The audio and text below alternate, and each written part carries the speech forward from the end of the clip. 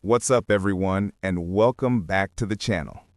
Today, we're taking a closer look at a video editing software that's getting a lot of attention for its simplicity and performance, EaseUS Video Editor.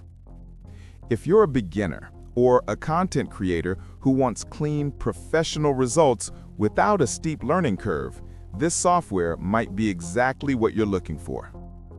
The interface is clean, modern, and very easy to navigate, so even first-time users can jump right in and start editing within minutes. In terms of features, EaseUS Video Editor covers all the essentials.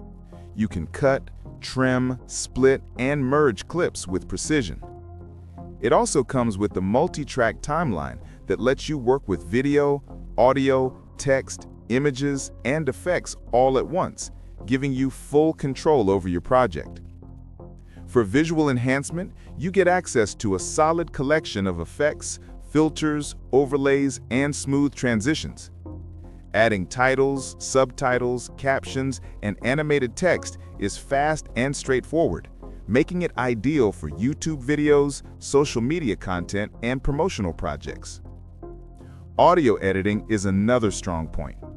You can easily extract audio from your clips, replace background music, adjust sound levels, reduce noise, and even add voiceovers directly inside the editor. There's also speech-to-text support for automatic subtitle creation, which is a huge time saver. When it comes to exporting, EaseUS Video Editor delivers high-quality output. You can render your videos in full HD and even 4K resolution, making your content look sharp and professional on any platform, including YouTube, TikTok, and Instagram.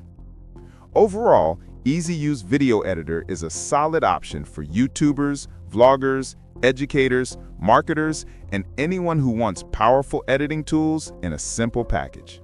It's fast, easy to use, and packed with features that actually matter.